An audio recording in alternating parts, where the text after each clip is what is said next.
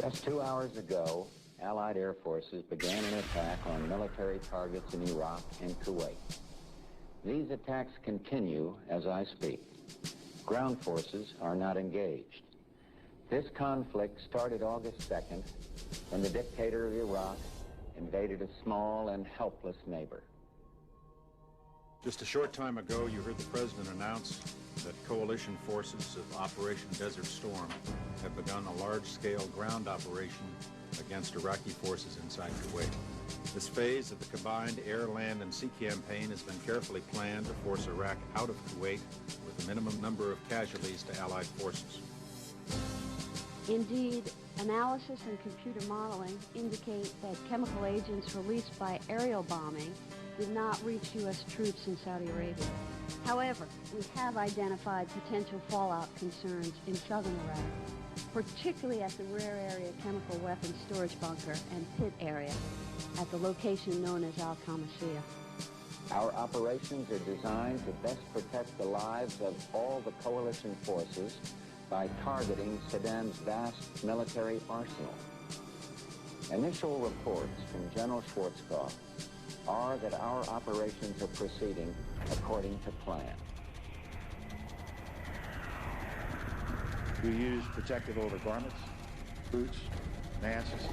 I don't think you have seen a single battle scene from Desert Storm War where our troops were not in mock gear.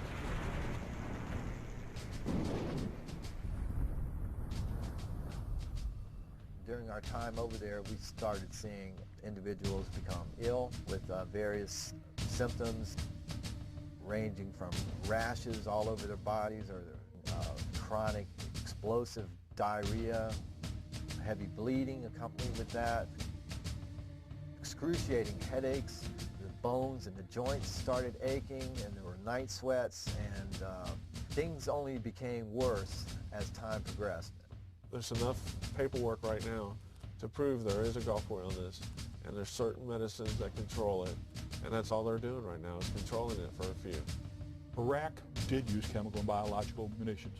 And they punched us with all these different vaccines supposedly to protect us. And the threat of biological warfare is nothing new to the military, but the Persian Gulf War placed a special... Knowing that some of these had never been tested on humans. We're all forced to roll up our sleeves and pull down our pants and get shots in the gluteus and in the tricep muscles of our arms. Before the Gulf War, I could run all day and leap tall buildings at a single bound. After the Gulf War, you couldn't walk a mile.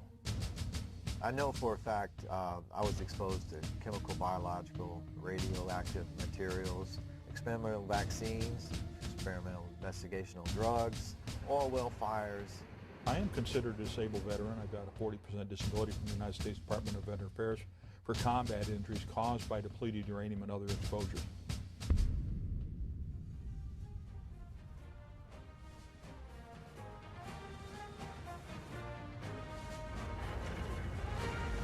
It is more than a trial by fire. It is a rite of passage, a challenge to join the elite. And if you succeed, if you can master your fear, outsmart your enemy, and never yield even to yourself, you will be changed forever.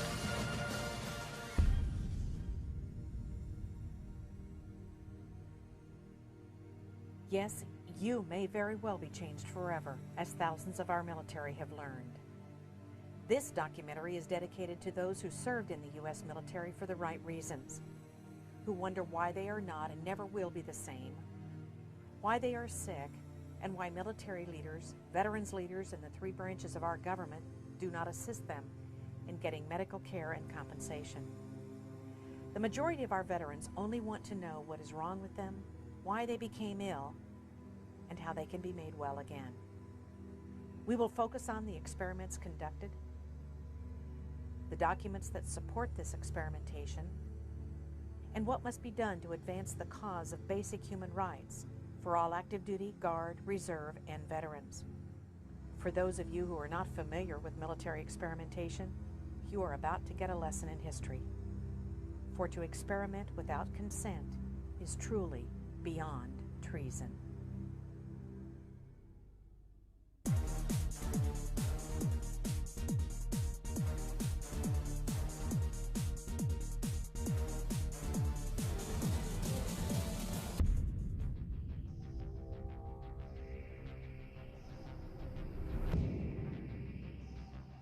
away.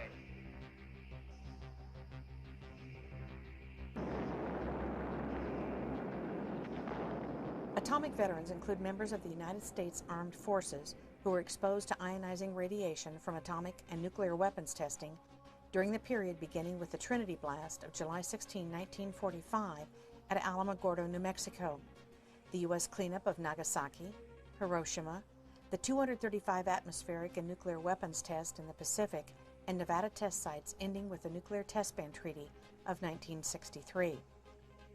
The National Association of Atomic Veterans recognizes that civilians, as well as military personnel, were exposed to harmful nuclear material radiation, and that many of these personnel have since died as a result of radiation-induced illnesses. Over 382,000 servicemen, as well as civilian personnel, took part in a variety of tests during the Cold War period, when the Atomic Energy Commission, working in conjunction with the Department of Defense, had troops participate in and witness the detonation at various Pacific and Nevada test areas. Most detonations were larger than and emitted considerably more deadly radiation than the two weapons which were employed against Japan at the end of World War II. During the test, various government agencies and departments were interested in learning about the various effects of atomic and nuclear weapons, as well as how these weapons affected the immediate performance of military personnel and equipment. Troops, ships, and various types of equipment were placed from several hundred yards to several miles from the center of each detonation. On many occasions, military personnel performed maneuvers in and around ground zeros without any protective clothing or respiratory devices.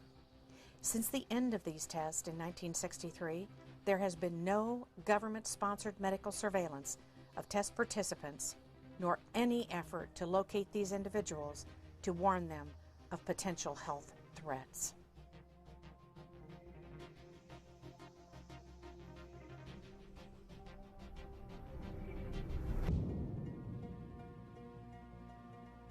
Project MKUltra was the code name for the CIA mind control research program lasting from the 1950s to the 1970s. In 1964, the project was renamed MK Search. MKUltra was started on the order of CIA Director Allen Dulles in April of 1953, largely in response to alleged Soviet, Chinese, and North Korean mind control techniques on U.S. prisoners of war in Korea. Because most of the MKUltra records were deliberately destroyed in 1972 by order of then-Director Richard Helms, it is impossible to have a complete understanding of the more than 160 individually funded research projects sponsored by MKUltra and the related CIA programs. Experiments included radiation, LSD. Experiments included dosing CIA employees, military personnel, other government agents, prostitutes, mental patients, and members of the general public with LSD to study their reactions, usually without the subject's knowledge. In the summer of 1975, congressional hearings and the Rockefeller Commission report revealed to the public for the first time that the CIA and the DoD had conducted experiments on both consenting and unwitting human subjects as part of an extensive program to influence and control human behavior through the use of psychoactive drugs such as LSD, mescaline, and other chemical, biological, and psychological means.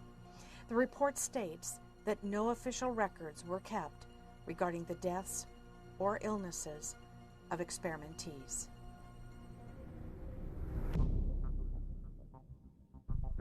A U.S. Army project that ended over 25 years ago is now the subject of much scrutiny.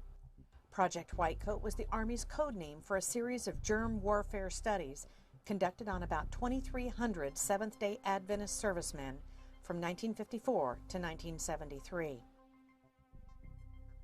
Now the Army is investigating the long-term effects that the project may have had on its participants. They center on the Seventh-day Adventist Church and the role that it played in the U.S. Army's development of chemical and biological weapons of mass destruction. Under strict secrecy, the U.S. Army established Camp Detrick outside of Frederick, Maryland during World War II for the sole purpose of developing germ weapons. The program was controlled by the Army's Chemical Warfare Service, a branch that had worked with gas weapons that were used by the U.S. in World War I. the Army began to study both the offensive and defensive aspects of biowarfare.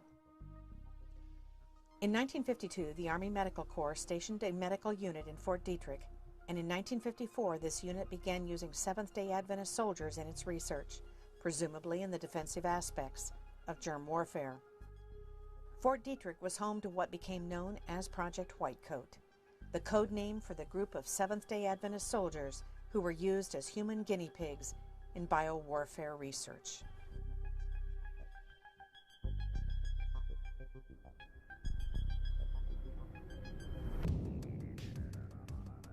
Agent Orange was the code name for an herbicide developed for the military primarily for use in tropical climates. The purpose of the product was to deny an enemy cover and concealment in dense terrain by defoliating trees and shrubbery where the enemy could hide. The product Agent Orange was a code name for the orange band that was used to mark the drums in which it was stored. The product was tested in Vietnam in the early 1960s and used at the height of the war in 1967 and 1968.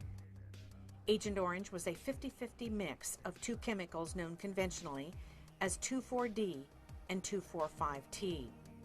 The combined product was mixed with kerosene or diesel fuel and dispersed by aircraft, vehicle, and hand spraying. An estimated 19 million gallons of Agent Orange was used in South Vietnam during the war, potentially affecting 2.5 million Vietnam veterans. On May 5, 1990, Admiral E.R. Zumwalt, Jr., in a classified report submitted the following: Report to the Secretary of the Department of Veterans Affairs on the association between adverse health effects and exposure to Agent Orange. In that report, he concluded that it was at least as likely as not that the exposure to Agent Orange caused numerous life-threatening, debilitating, and deforming diseases.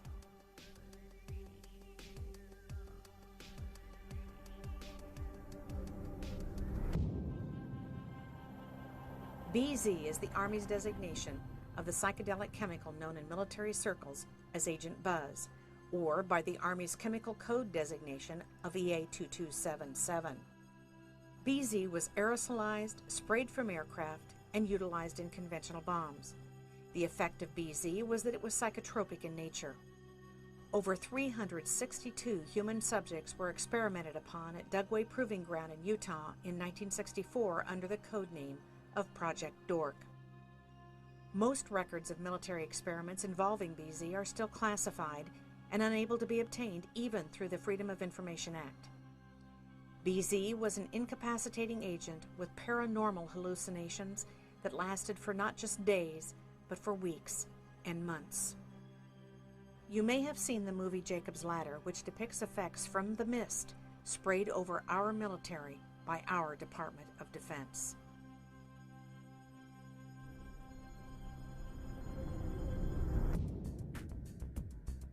To this date, the Department of Defense continues to deny and stonewall the existence of a Gulf War illness.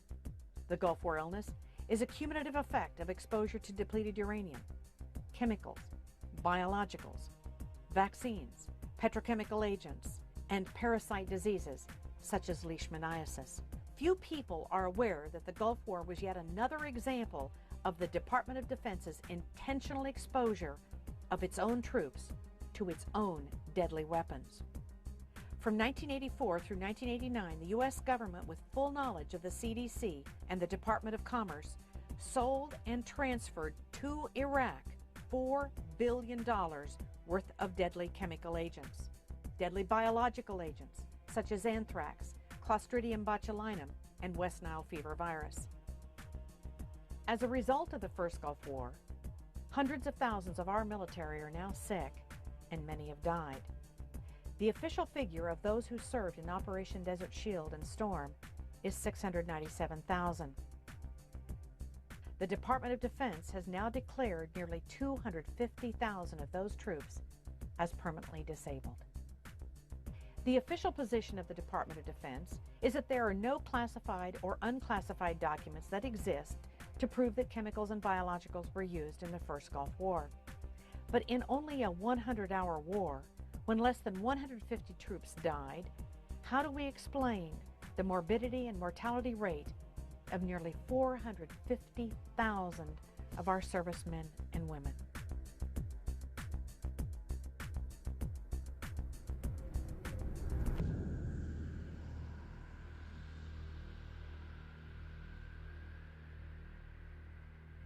At the time that the Gulf War started, I was the nuclear medical sciences officer, intelligence and covering everything, special operations officer, mobilization officer, training officer for 330th Medical Brigade. That's the largest medical brigade in the U.S. Army. It's an Army Reserve Medical Command under a one-star general. Dr. Doug Rocky is a U.S. Army Health Physicist and Nuclear Medical Sciences Officer. Dr. Rocky has expertise in nuclear, biological, and chemical warfare operations, microwave radiation, emergency response, decontamination, and battlefield cleanup. We were the super garbage men. We had to clean up the messes. We had to identify the messes. We had to collect all the garbage. We had to provide the on-site medical care. It's a lot. All the Iraqi equipment, a lot of U.S. equipment, contains radiological components. When that equipment was blowing up, the radiological materials were released into the environment, exposing and contaminating. And then to top it all off, we used uranium munitions, known as depleted uranium. They've been used back in 1973 by the Israelis against the Egyptians, but during Gulf War I, Desert Shield and Desert Storm, we took it to a totally new level. The use of radioactive materials on the battlefield. Deliberately taken tons and tons, actually over 350 tons of solid radioactive materials, and dispersed it across Kuwait, Saudi Arabia, and Iraq. Taking our radioactive waste and throw it in somebody else's backyard.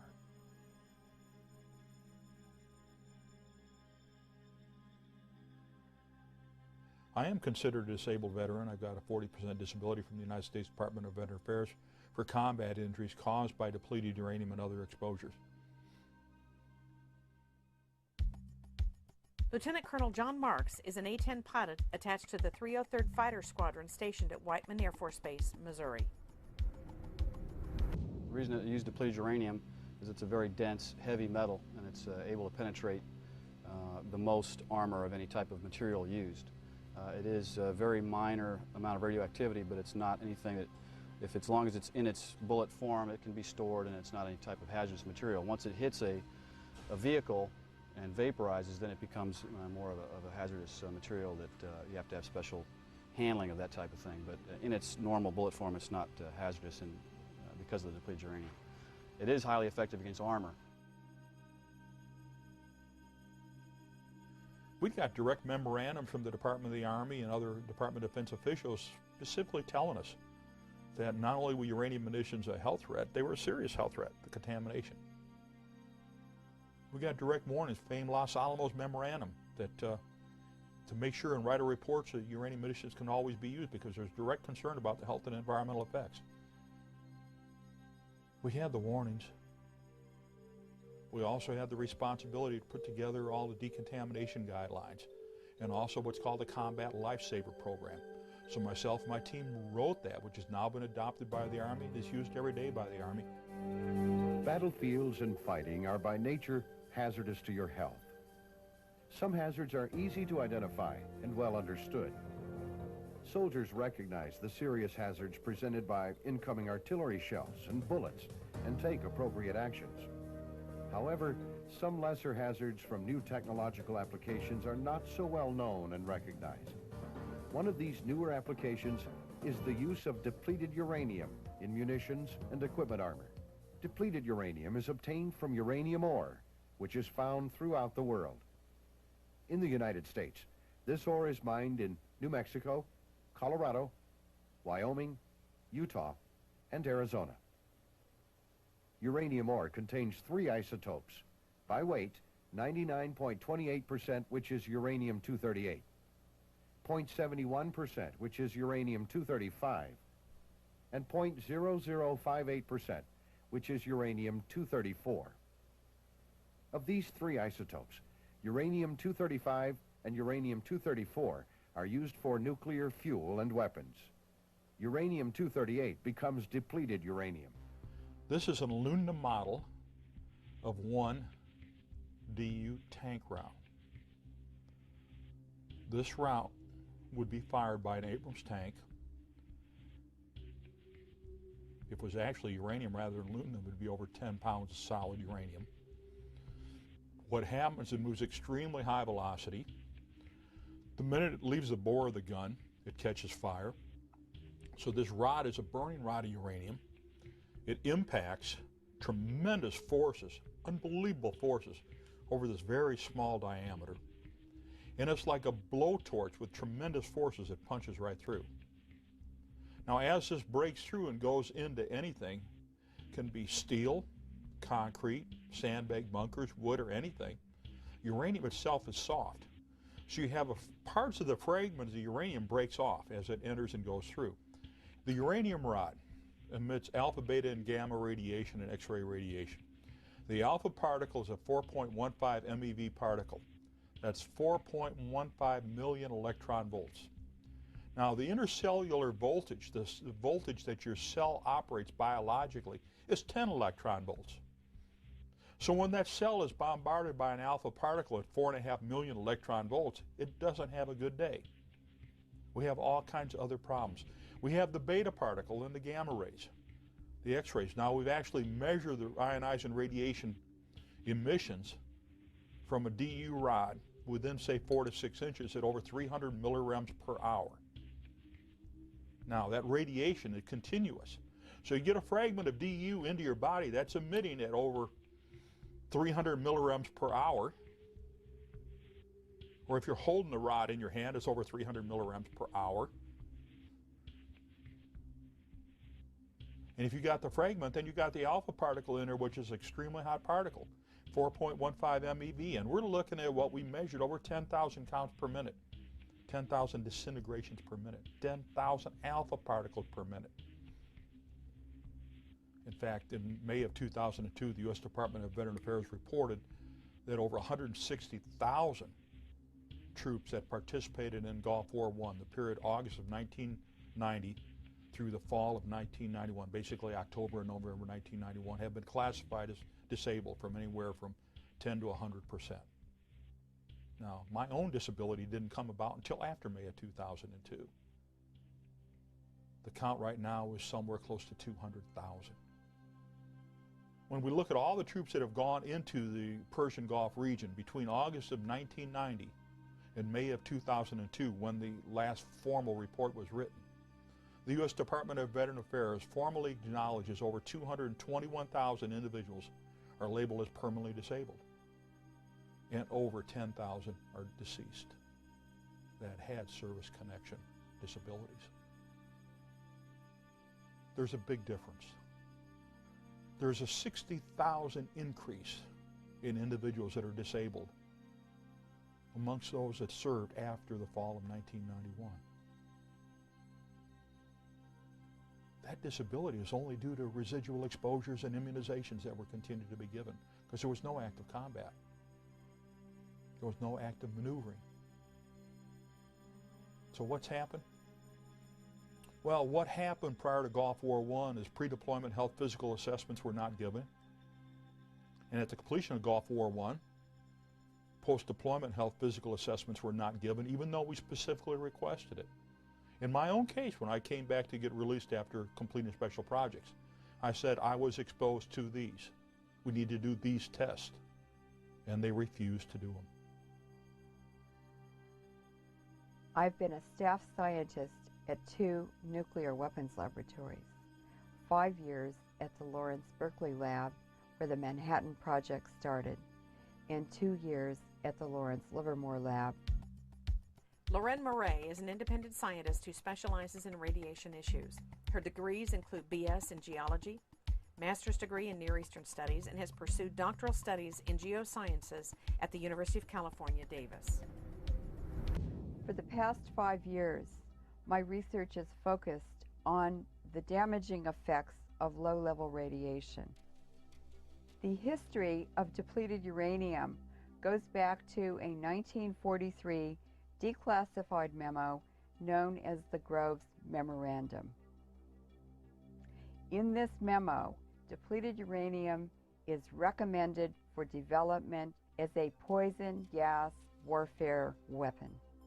According to the United Nations Human Rights Commission, which has declared depleted uranium illegal, approximately 17 countries have purchased depleted uranium weaponry from the United States government. In December of 1992, the director of the United States Army Environmental Policy Institute was ordered to figure out ways to reduce the toxicity of uranium munitions by Assistant Secretary of the Army Walker. In 1995, the director of AEPI told the Secretary of the Army, we can't reduce the toxicity. It's not possible. The United States Army Common Task Training states very specifically uranium contamination will make food and water unusable. And yet we use it in combat all over the place. That's why the United Nations Subcommission on Human Rights had ruled that uranium munitions were an illegal weapon, because they're indiscriminate. They can't be cleaned up, and they last for eternity. The amount of depleted uranium used in the first Gulf War in 1991 is approximately 340 tons, and this was admitted by the U.S. government. In Yugoslavia, Lord Robertson, who was the head of NATO in 1998, admitted in the public media that the United States had used depleted uranium warheads in every missile used in that invasion. It's estimated that at least 1,000 tons of depleted uranium was used in Afghanistan in 2001, and approximately 2,400 tons were used in Iraq in 2003. The United Nations Subcommission on Human Rights, because of the fact that uranium contamination makes food and water unusable, has a permanent effect and can't be cleaned up and affects not only combatants but non-combatants. It's been ruled an illegal weapon. It was years ago. That's common sense.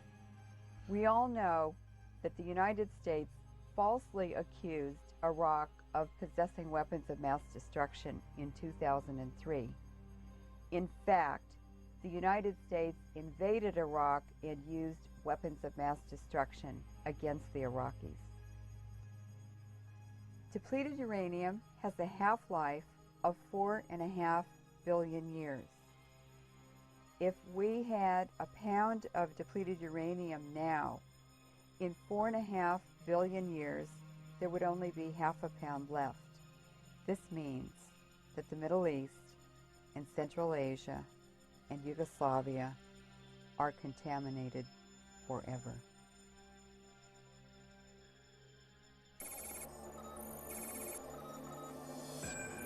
We're 1st Platoon Charlie Company, and we were part of Operation Iraqi Freedom. On the battlefield, you gotta have an officer who can think on his feet. We had that. Lieutenant Walker came to us from ROTC. It didn't matter if we were in training or in combat. He was right there with us. He had confidence and dedication. And wherever he goes, we go. I'm a military brat. My father spent 24 years in the Army. Staff Sergeant Bob Jones is a veteran of Desert Storm, a former Army Ranger now retired and disabled due to Gulf War illness. Not only is Bob ill, but his entire immediate family is affected as they all suffer from mycoplasma fermentans incognitus. During the air campaign, we targeted their chemical, biological, and nuclear facilities. So we were exposed to chemicals, biologicals, nuclear radiation in the form of depleted uranium, and also direct enriched uranium, or EU, from those nuclear facilities that were bombed and targeted. And many of the coalition, especially guys on the front line, such as my unit and others like us, were in the area of exposure from the fallouts of the coalition bombings. And although this information became widely known as early as 1994, through testimony and release of GAO reports that showed that the meteorological data supported the fact that the downwind plume or fallout from the bombings drifted over a large number of the troops that were forward positioned. The U.S. military personnel during Gulf War I, just like during the Balkans and in Gulf War II now, were not adequately protected from all of the exposures they had. We know from first-hand experience that the M40 series mask, as confirmed by the United States General Accounting Office, is defective. We know that it leaks when you move your head. We know that none of those, either the M17 series or the M40 series, provides protection against toxic industrial chemicals. No. Were they adequately protected? Absolutely not. Was my team adequately protected? Absolutely not. We wore the respirators, and we got sick. Now, what happened? What we confirmed and what we saw during Gulf War I and when I did the research as director of the Depleted Uranium Project, that DU round comes down and it breaks up. We have the spalling, then we have the fire. And we create uranium oxides of different types. Some in the ball game the size of cigarette ash and marbles on down to 0.1 micron. This has always been known. When I talked to senior Manhattan Project scientists that were expert particle physicists, they said, hey, we knew uranium when it breaks up like this was going to be down in the 0.1, 0.2 micron range. No doubt about it. The gas mask, the respiratory protection issued to the troops, there's no way it can protect against inhalation. Well, that's what happened to myself and my team. We wore the respiratory protection during Gulf War I, inhaled it, and got sick. We wore the respiratory protection when we were doing the Depleted Uranium Project research in Nevada test site. U.S. Department of Energy approved respirators. And we could smell and taste the uranium through the filters.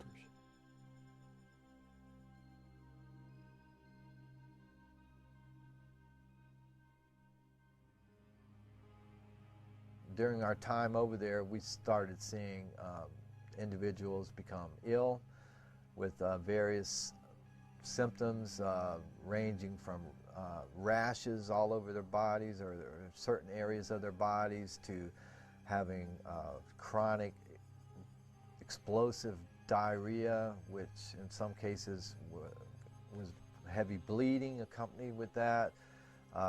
We had, and I can speak for myself on this as well, excruciating headaches.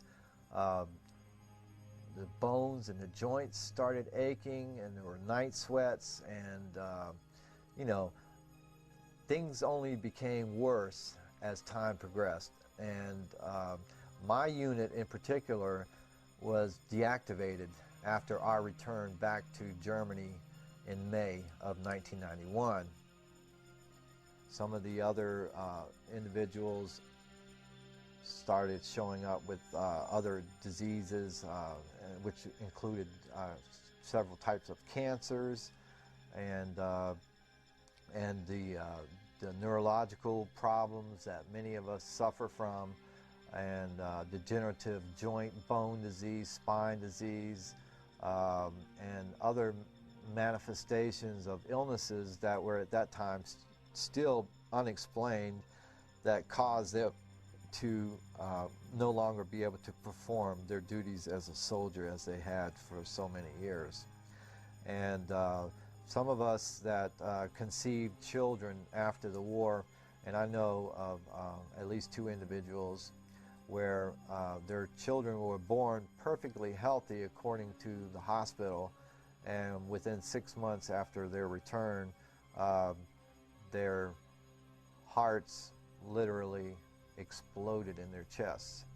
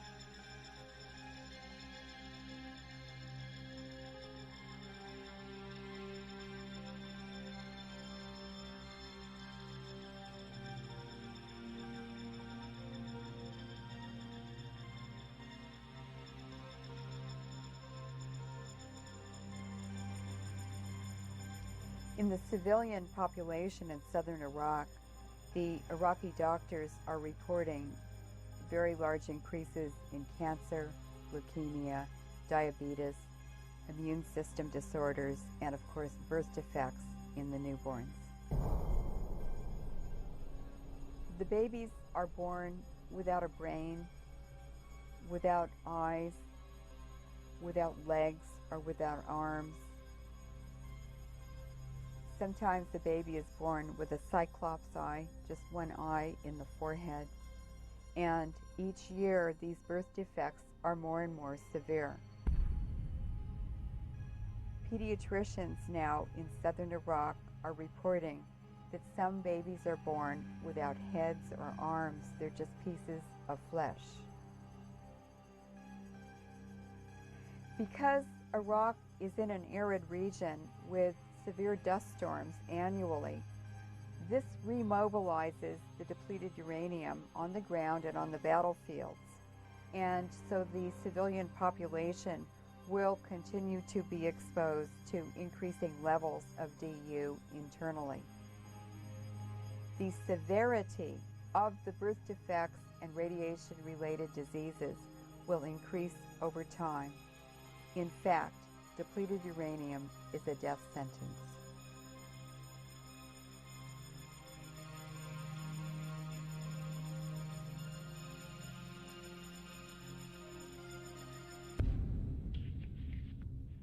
Individuals are depleted uranium casualties, whether they're civilians or combatants. Doesn't matter where they were, whether they were exposed during manufacturing processes, testing processes, or combat use. One of the things that we're starting to see, we saw the respiratory problems right off the bat.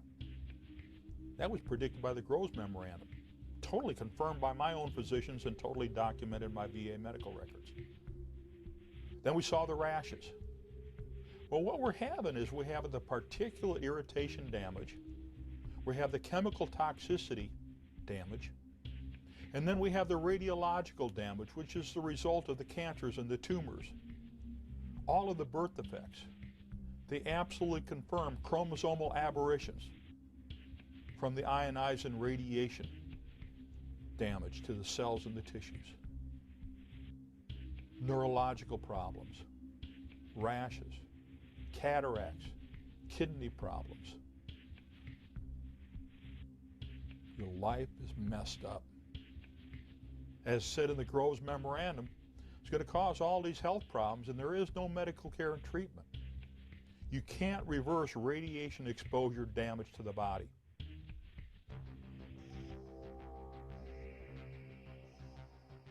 This represents a depleted uranium particle. The styrofoam ball in the center is millions of atoms of uranium, and the toothpicks are the tracks of the alpha particles that are released from the uranium nucleus. When these pass through the cell, they release tremendous amounts of energy, which cause the cell processes, enzymes, and hormones to malfunction. When there are billions of these distributed throughout a body, they cause diseases in many ways, and that's why Gulf War syndrome is a complex system of diseases caused by malfunctioning of all of the parts and the processes in a cell that make life possible. Some of the soldiers were losing their mind. Dennis Kine served in the U.S. Army until 2003 with the rank of Specialist D4. A graduate of the Nuclear, Biological, and Chemical School, today he serves as a veterans advocate. Kine also graduated magna cum laude from San Jose State University. We bombed on January 17th. We started bombing. We bombed for 45 days. And after 45 days, February 28th, we started a ground invasion, which is said to be the most victorious military operation ever in the history of mankind. Well, it wasn't victorious. We got sick immediately.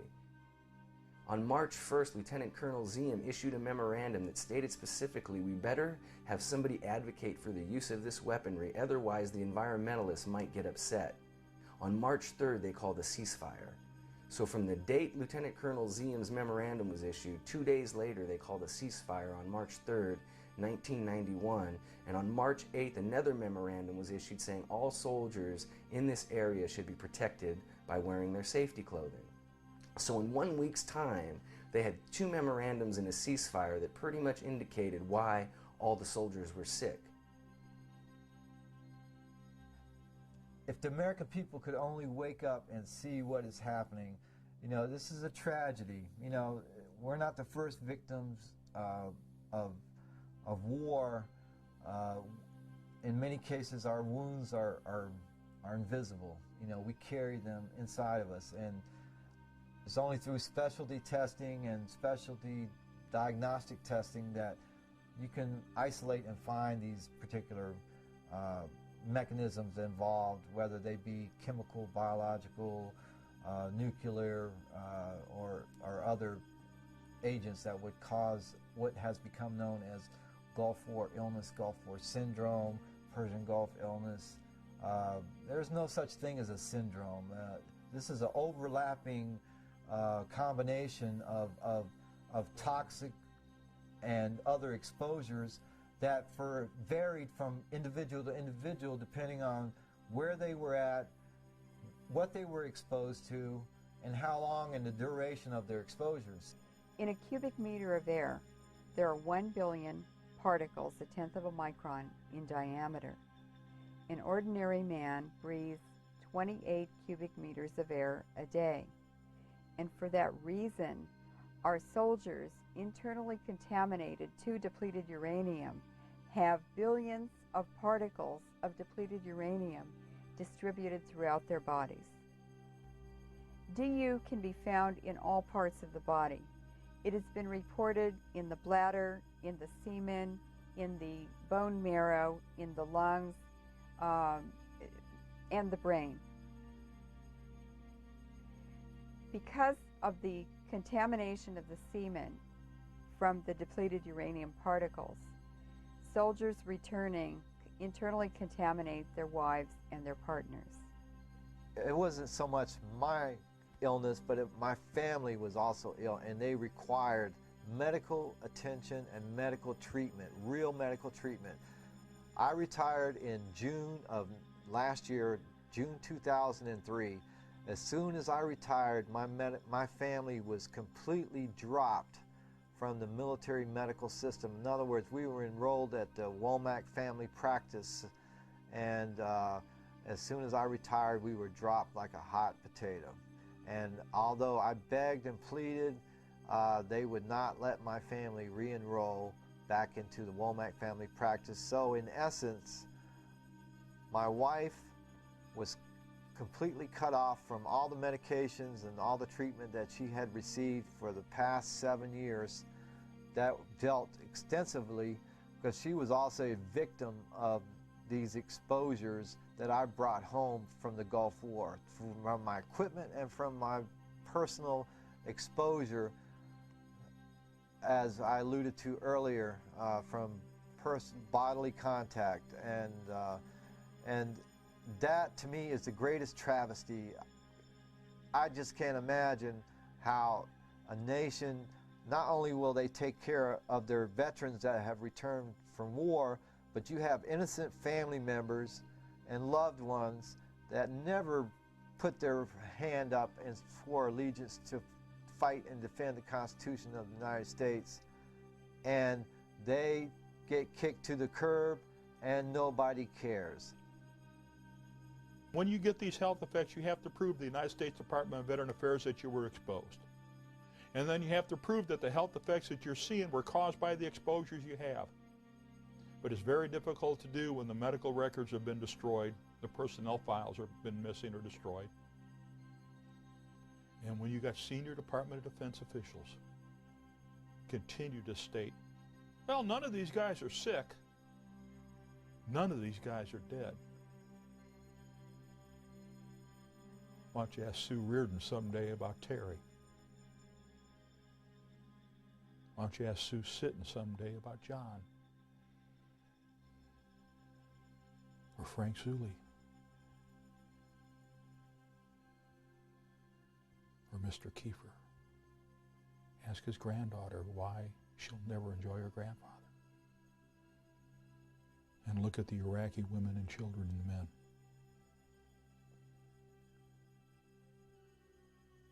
Ask the question yourself. Is winning a battle but contaminate air, water, soil, and food worth the life of your son and daughter? Is it worth the life of the child? Not just those that are alive, but those that are going to be exposed because the contamination remains there for eternity. It's real simple. I was tasked to clean up the uranium munitions by name, by order, during Gulf War I. I was assigned as the depleted uranium project director. I did the research. I prepared the programs. I wrote the regulations for management. I wrote the procedures for management. And I got sick because I served my nation. And I was discarded. I was abandoned.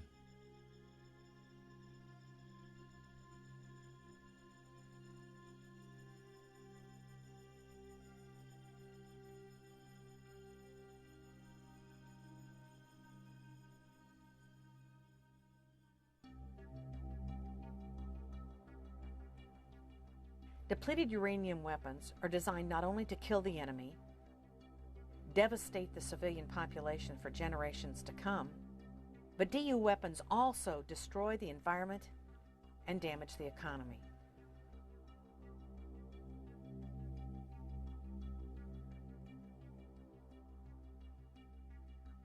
In 1996, the United Nations passed a resolution that made DU illegal under international law. In order to protect themselves and continue the illegal usage of depleted uranium, the United States government has co-opted the International Criminal Court, thus protecting certain individuals from war crimes charges. Unbeknownst to most U.S. citizens and unreported in the U.S. media was the International Criminal Tribunal for Afghanistan held at Tokyo, Japan, December 15th of 2002. Those meetings lasted for over a year. The initial complaint presented for the tribunal charges George Bush with 31 counts of war crimes, violations of the Geneva Conventions and other crimes against peace in the war on Afghanistan. In addition to the original 31 war crime charges against George Bush, the judges and tribunal recommended 2 additional charges. Number 1, Bush knowingly used depleted uranium on the battlefield against his own troops, and number 2, that it was, in fact, a crime against the environment.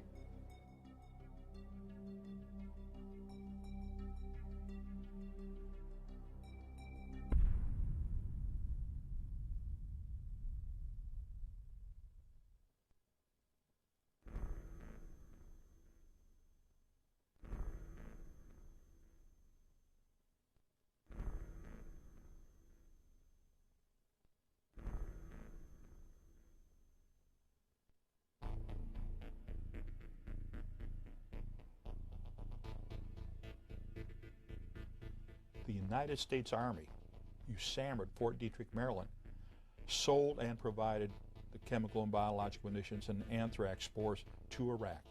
That's totally confirmed in the Regal Commission report written by James Toot and the subject of a made-for-TV movie called Thanks to a Grateful Nation that starred Ted Danson and Mark Helgenberger.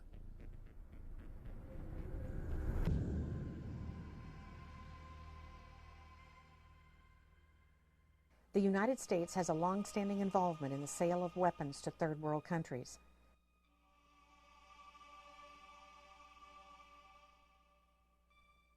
Donald Rumsfeld, a private citizen, met with Saddam Hussein as a political envoy of the Reagan administration on December 20th of 1983. It is a little-known fact that he was also president and CEO of the G.D. Cyril Pharmaceutical Company. According to Howard Teicher, author of Twin Pillars to Desert Storm, he and Rumsfeld traveled to Baghdad on December 17th in order to lay the groundwork for the presumption of full diplomatic relations between the United States and Iraq. Prior to that time, Iraq was on the known list of terrorist countries. Iraq invaded Iran in September of 1980. It is important to note that the ban on the sale of weapons was in force until 1982, when it was lifted with the strong objections from Congress. The U.S. began the transfer of helicopters to Iraq in December of 1982. In 1983, Banco Nazionale del Lavoro of Italy and its branch in Atlanta began to funnel $5 billion in unreported loans to Iraq with the blessing and official approval of the U.S. government. The Reagan administration began secretly allowing Jordan, Saudi Arabia, Kuwait, and Egypt to transfer United States weapons, including howitzers, Huey helicopters, and bombs to Iraq. These shipments violated the Arms Export Control Act.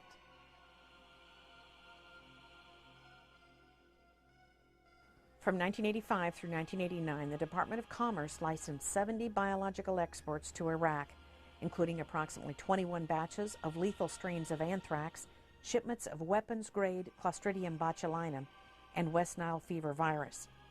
In April of 1988, the Department of Commerce approved the shipment of chemicals used in the manufacture of mustard gas.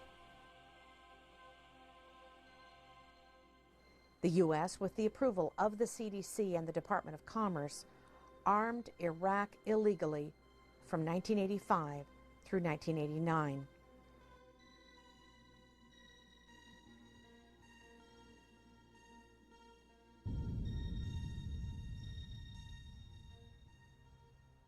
We knew from the fact that Iraq had got chemical and biological weapons from the United States and used them on Iraqi Kurds and on the Iranians, that they didn't have in their possession, they would probably use them. We knew that all the toxic industrial chemicals that we use in the military, when we move a military, go into combat, were going to affect everybody. We knew that all of the other weapon systems we had have a horrible health and environmental effect on the battlefield. That's history. And with all the background all of us had, both within the military and within academia, it was very easy for us to understand and predict what was going to happen. During the period of 1990 and 1991, we made a conscious decision, and this decision was a decision made between General Powell, General Schwarzkopf, General Horner, and Secretary Cheney to blow up Iraq's chemical and biological stockpiles in place. We also decided to blow up their nuclear reactors in place. This is all confirmed in Schwarzkopf's autobiography, It Doesn't Take a Hero, on page 390. For somebody who wants to look, you can go find out for yourself. At that time, we warned everybody that these exposures, downwind exposures, were going to have a disastrous effect on U.S. military personnel, on coalition personnel, on Iraqi personnel, and on the civilians and non-combatants in the region. That warning was ignored.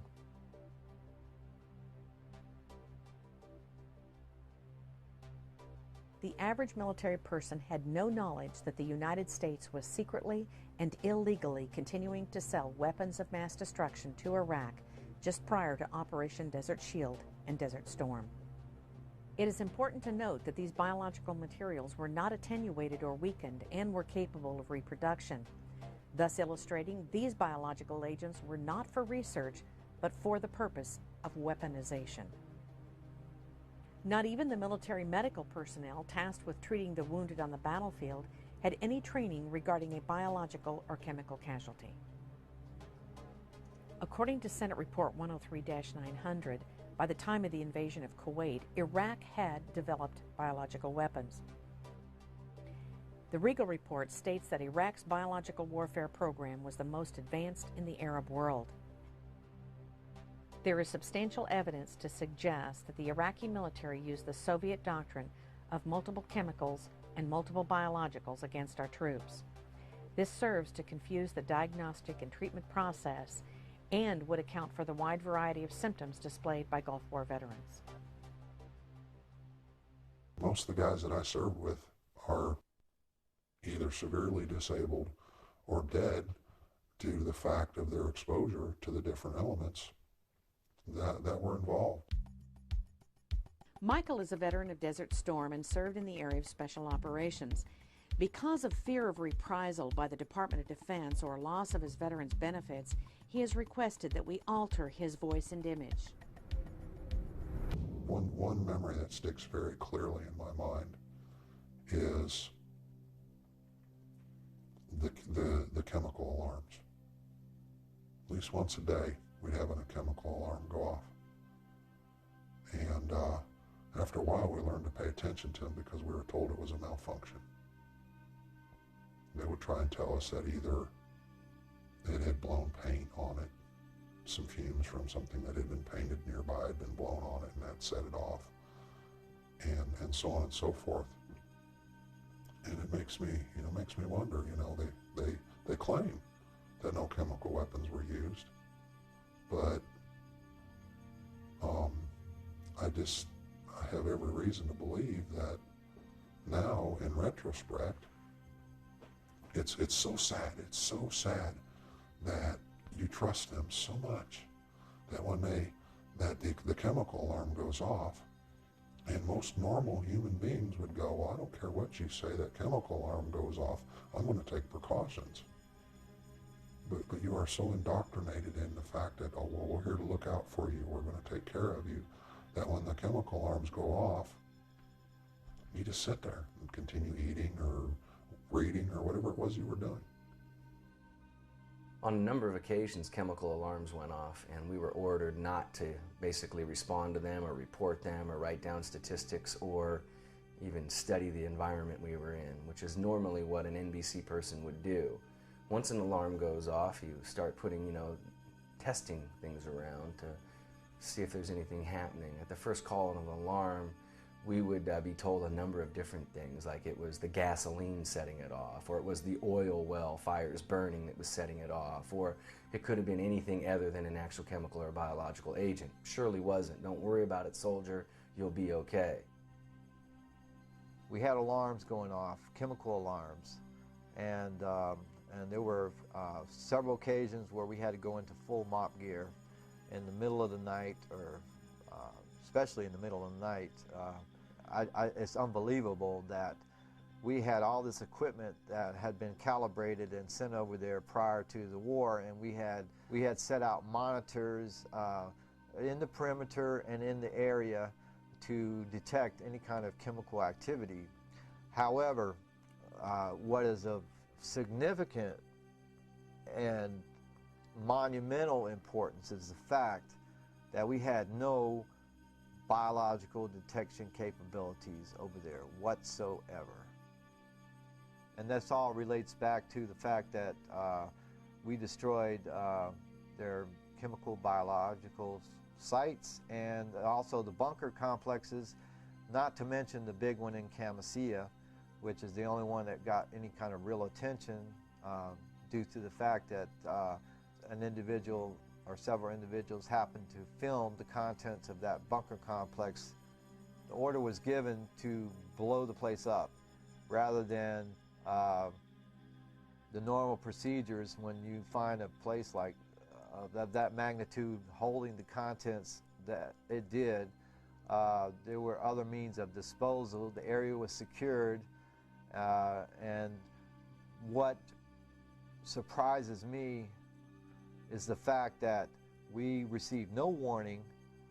No one was instructed to get into any kind of mop gear or any type of chemical protective posture, although it's questionable whether it would have helped anyway. Well, we were issued, MOP suit, military occupational protective posture is what MOP stands for. MOP suits, we were issued them, but they were useless to us after the first 3 days after we opened the package. So you get in country, they issue you a brand new suit, it's got a charcoal filter in it, but the minute that package has been opened and that suit has been liberated, that suit is useless. You can't keep putting it on and taking it off. The Department of Defense has long touted that American troops are the best prepared, trained, and equipped in the world. Unfortunately, the equipment that was meant to save their lives may very well have cost them their health in Desert Shield and Storm. Information has now been obtained that proves that the chemical suits sold to the Department of Defense during 1989 were in fact useless. Isratex, A company from Raynell, West Virginia sold nearly 800,000 defective suits that later proved to be full of tears, holes, and poor stitching. One hole can mean the life or death of a soldier during a chemical exposure. The company subsequently filed for bankruptcy, and its owners have never faced accountability for their actions.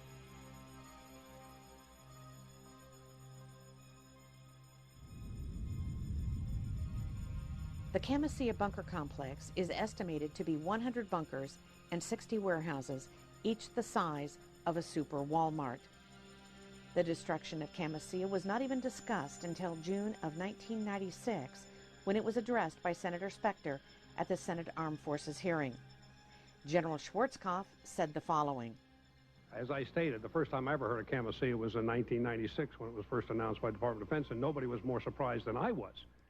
A little later in his testimony, General Schwarzkopf apparently contradicted himself when he said the following.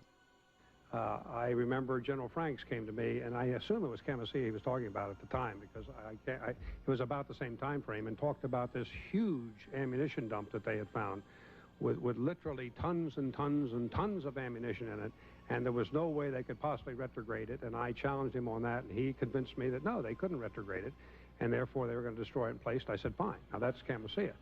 From what I heard about the size of the bunker that Franks was talking about and the others that they blew up, these were huge bunkers with crates and crates and crates and crates of ammunition in them, and I can only assume that they either didn't recognize them or didn't see them at the time.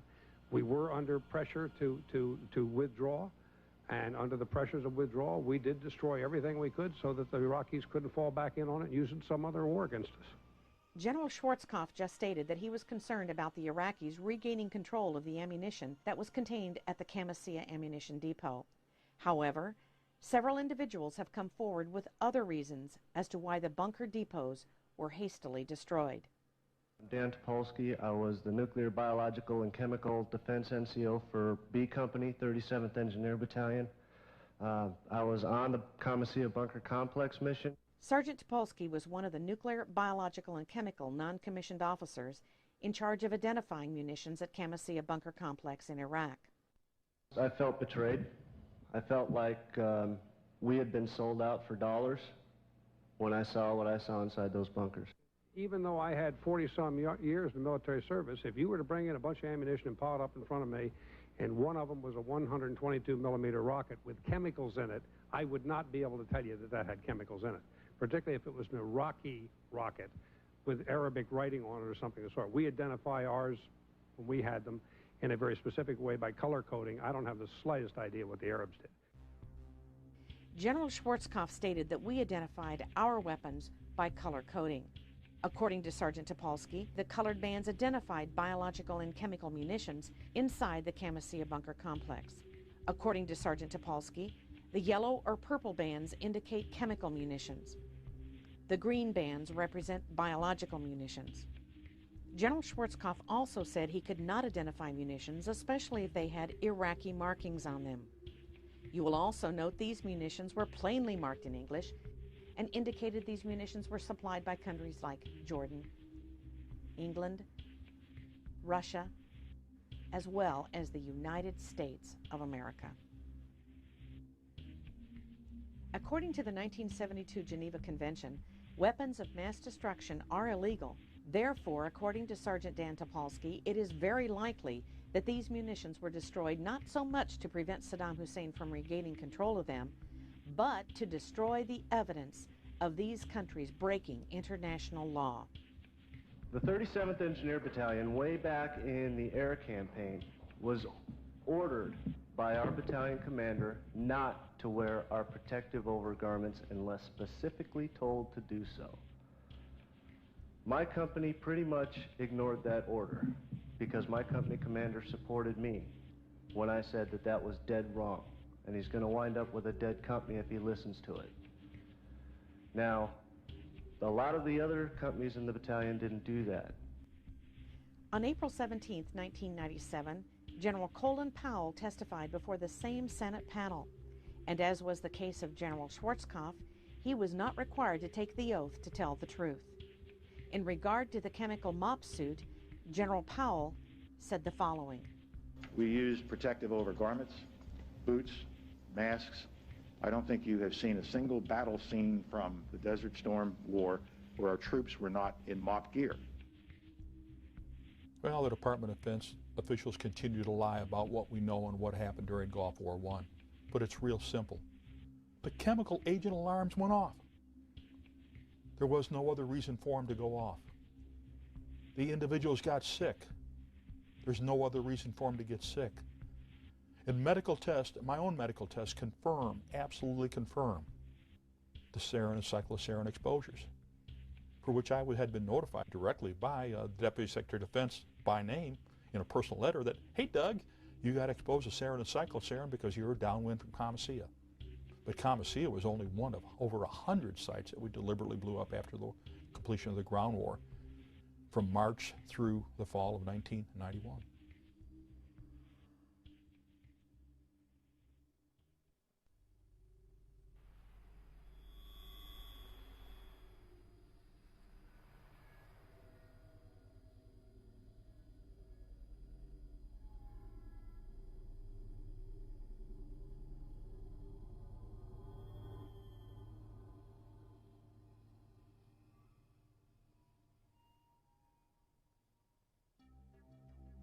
Even though the Department of Defense continues to deny the widespread use of chemicals and biologicals during the first Gulf War, Jonathan Tucker of the Monterey Institute of International Studies has demonstrated evidence for the use of chemicals in the Kuwaiti theater of operations.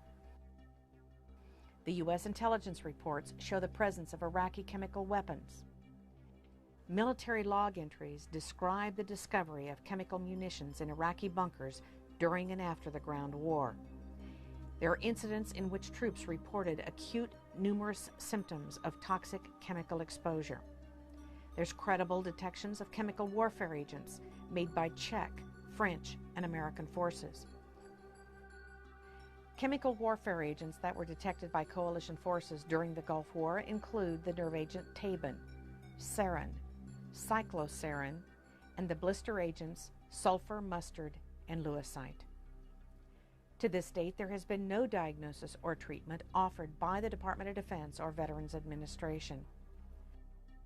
Dr. Robert Haley, MD of the University of Texas Southwestern Medical School in Dallas, Texas, has detected damage in the brains of those Gulf War veterans who were near the explosion of Kamasea. Those injuries had resulted in not only increased social problems, but also a 90% divorce rate and increased crime rates among those vets who showed damage in the area of the brain that controls judgment.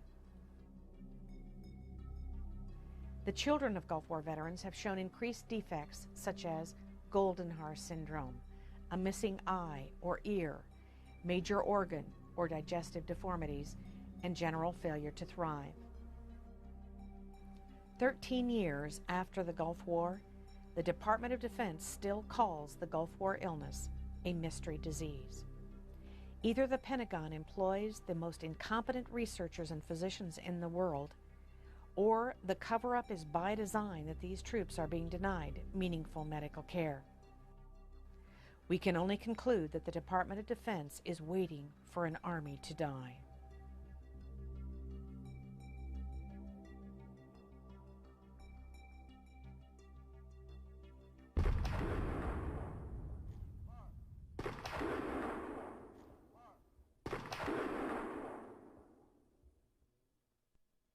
The threat of biological warfare is nothing new to the military, but the Persian Gulf War placed a special emphasis on it.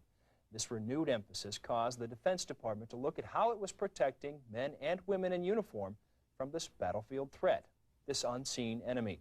Staff Sergeant Noah Berg looks at one of those enemies and what is being done to fight it. The Defense Department says it can be a big threat on the modern battlefield.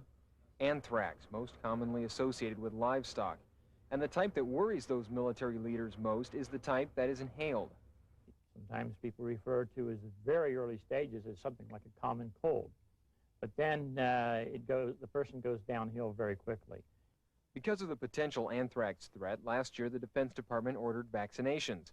And one of the first in line was Chief Master Sergeant of the Air Force, Eric Benkin.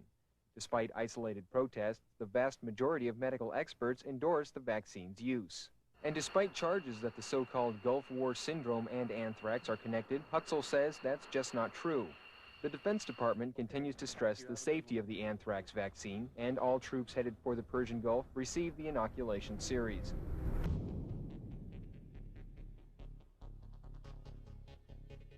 We had all the problems from immunizations. Our team was tasked with to put together the anthrax vaccine program in theater. But we were also ordered, do not record lots, batches, doses, who got them, what their reactions were, when they got them, or how many they got. Direct orders. There's enough paperwork right now to prove there is a Gulf War illness, and there's certain medicines that control it, and that's all they're doing right now is controlling it for a few. Staff Sergeant Mark Zeller was a member of Special Operations in the 18th Airborne Corps. He served in the Iraq-Iran War, Desert Shield, and Desert Storm campaigns. And we're all forced to roll up our sleeves and pull down our pants and get shots in the gluteus and in the tricep muscles of our arms. We all started getting sick, but we didn't think nothing of it because our flight surgeon was telling us that it's hygiene that's getting us. We're all not taking baths every day. It's like maybe once a week or once every 3 days. And that hygiene was supposedly getting the best of us, so we didn't think anything of it after that. They punched us with all these different vaccines, supposedly to protect us, and knowing that, some of these had never been tested on humans. My neck bones are degenerating. My lower back's degenerating. No one knows why. They want to go in there and scrape it and biopsy it. I'm like, I don't want to be in a wheelchair afterwards. It's pretty damaging to a guy that used to be in special operations and jumped out of airplanes for a living. So.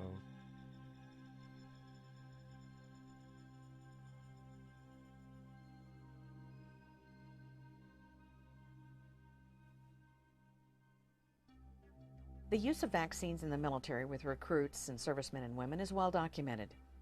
What is not well known is the relationship between the Department of Defense and pharmaceutical companies who have a vested interest in the widespread use of vaccines, what is contained in the vaccines, and just how many of those vaccines that were given that were in fact experimental.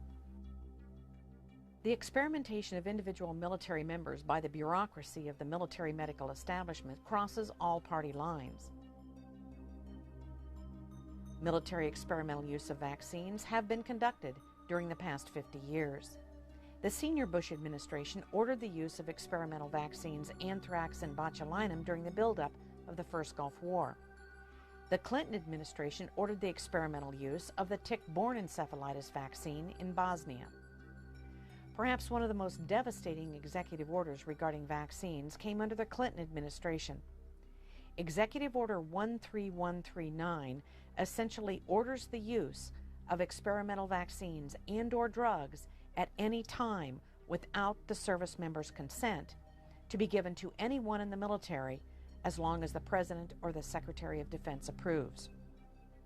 During the first Gulf War, it was not unusual for a service member ordered to Iraq in 1991 to receive 10 to 17 vaccines in one setting.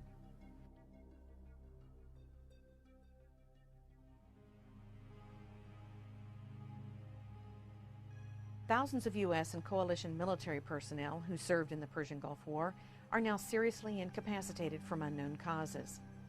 One common thread for all military personnel were the vaccines. Many of those who did not deploy became ill also. Unfortunately, the U.S. military medical establishment has continued to conduct on an ongoing basis operations such as Project Badger and that has been referred to as a Manhattan-like project that involved the Tri-Service Vaccine Task Force.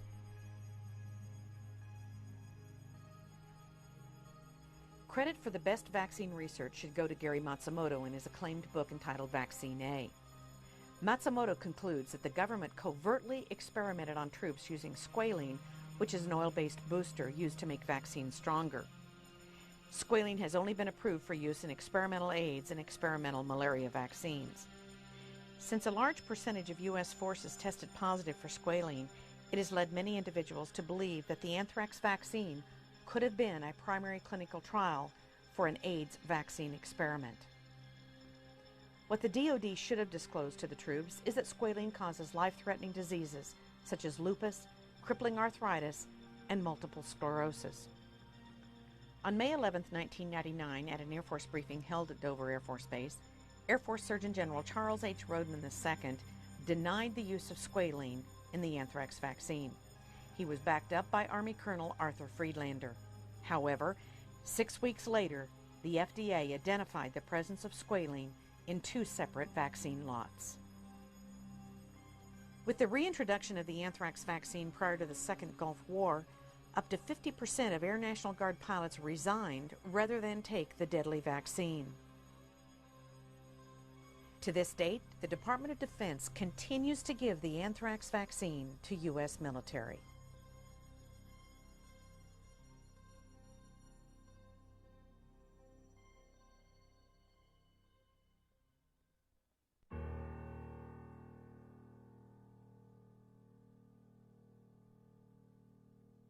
The minute you walk into a recruiter's office, the first thing they say is, "Young man, if you do this, you'll be taken care of forever."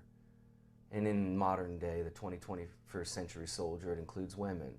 So men and women are promised health care should they become sick from the battlefield. And the fact of the matter is that since Operation Desert Storm concluded, 10 to 11,000 soldiers are dead. 250,000 of us get a check from the Veterans Administration for undiagnosed illnesses, and double that amount have actually gone to the Veterans Administration and entered into study groups known as ionizing radiation study groups and Gulf War depleted uranium study groups. And that's just being used as a guinea pig. So we were abused by the Department of Defense. We got sent to a contaminated battlefield. We came home, we were being studied by the Veterans Administration, and every time we turn around and look for some help, somebody calls us a post-traumatic stress disorder. And that's not appropriate. We're not stressed out, we're sick. We've been contaminated. I do what I do every day because the system hurt me. Phyllis, you're on the air with Dennis Kine. Go ahead, please. I just want to take time, Dennis, to thank you so much and be able to say this personally to you. And I want to urge the folks to order your book. And I can't go at the pace that I used to, and I'm so thankful for someone like you to help some of us old-timers. It hurt me as a soldier and it hurt me as a veteran. And I don't want to see anybody else get hurt. I don't do this because I need to inflict any pain on anybody. I do this because young men and women enter voluntarily into a system to go serve their country, serve their friends, serve their family, and serve their fellow Americans, and they get duped by the recruiter from the very beginning when they're told, if you get injured or become sick, we will take care of you. And for 14 years, I've been a prime example. My family members, my brothers, are prime examples of people who never got cared for. There's legislation in Congress right now to implement another draft. Every parent needs to decide if they're willing to send their child to be part of a military medical establishment experimentation process, because that's exactly what is going to take place. For the past 50 years, we've been experimenting upon hundreds of thousands of our military. It's incomprehensible the damage that has taken place in the lives of these servicemen and women. And it's not just the servicemen and women, it's their families, their spouses, their children that have been severely affected. It must stop. How will we ever get anyone to join the military knowing that they're going to be exposed to whatever the Department of Defense desires to do with them? Once people are aware of the massive amount of experimentation that takes place in our military, we won't have one. We won't have a group of people that will serve, and for obvious reasons. Because of the Ferris Doctrine, which has blocked any kind of compensation, assistance, or really any accountability from the Department of Defense or the military, our troops are living in some kind of slippery slope. They have no rights. With Executive Order 13139, they can be experimented upon without their consent, anytime, any place. When will it stop? How will it stop? And what must we do? One of the, I think, problems with American law is that there is a number of ways that municipalities, states, and the federal government will often immunize themselves from what would normally be seen as tort actions. In the United States, we have something called the Ferris Doctrine, which essentially articulates a rule of sovereign immunity that says the federal government is not liable for anything that happens to you while you are in military service. The doctrine originates from the year 1950, and the court at that time heard the case of a military serviceman who was killed in a barracks fire, and ultimately decided that it was good public policy not to allow these lawsuits. This really is the ultimate in hypocrisy. You see the heroic search and rescue missions where the government is very publicly going in and rescuing prisoners of war in combat. And the message there, or the propaganda, if you will, is that we care about you, the soldier. The reality is very different. The reality is that they are shielding themselves behind an outdated legislation and using the soldiers essentially as pawns in a chess game. The Ferris case was literally about a serviceman who was injured in a barracks fire in New York State.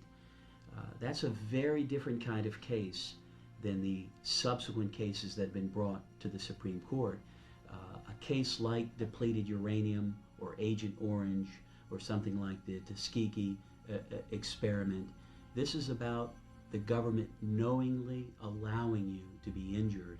Some would argue intentionally allowing it to happen, certainly behaving through gross negligence to allow you to suffer injury to yourself. And the courts have consistently, for the last 5 decades, upheld this as a legal doctrine that is alive and well in this country. Now, recently, in the late 1980s, ironically, one of the most conservative justices, Justice Scalia, has indicated in a decision where he was joined by 3 other justices that the Ferris Doctrine was wrongly decided. And so there's some hope that the court is starting to see that a doctrine that began over the principle of negligence ought not be applied when you get into really criminal knowledge.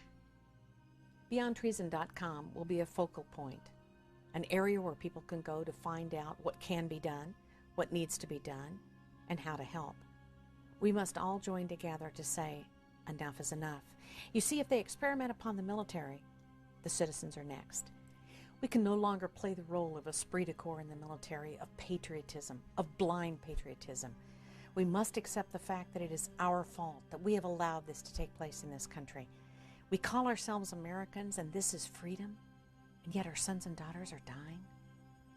Those that are responsible for these acts should spend the rest of their natural lives in prison for what they have done. There is no question, from the presidents on down for the past 50 years, those that have been in charge of these experiments, there is no question that this is truly beyond treason.